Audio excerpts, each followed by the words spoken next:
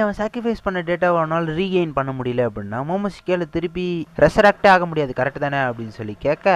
அதுக்கு அமாடாவோ மோமோசிக்கியால் ரெசரக்ட் ஆக முடியல அப்படின்னாலும் மோமோசிக்கியோடைய சோல் இன்னும் புருட்டோடைய பாடிக்குள்ளே தான் இருக்குது. மோமோசிக்கி எப்போ நினச்சாலும் புருட்டோடைய பாடியை கண்ட்ரோல் பண்ணி அவனை டேக் ஓவர் பண்ண முடியும். அதுக்கு ஒரு சொல்யூஷனே இல்லைன்னு சொல்லி அம்மாடா சொல்ல,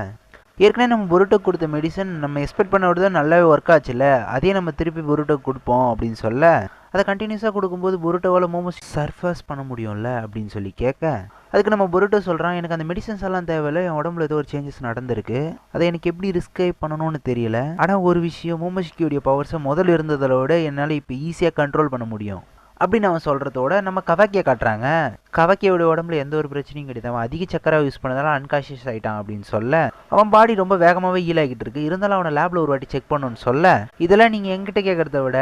அம்மாடா கிட்ட கேட்டால் அவர் இதை பற்றி இன்னும் டீட்டெயிலாக சொல்லுவார் இல்லை அப்படின்னு சொல்லி கிளாஸ் ரெப் ஷிகமாரோவை பார்த்து சொல்ல, அதோட ஃபுல் வீடியோ வேணும்னா நீங்கள் ஏரோ காட்டுற இடத்த கிளிக் பண்ணி பாருங்கள்.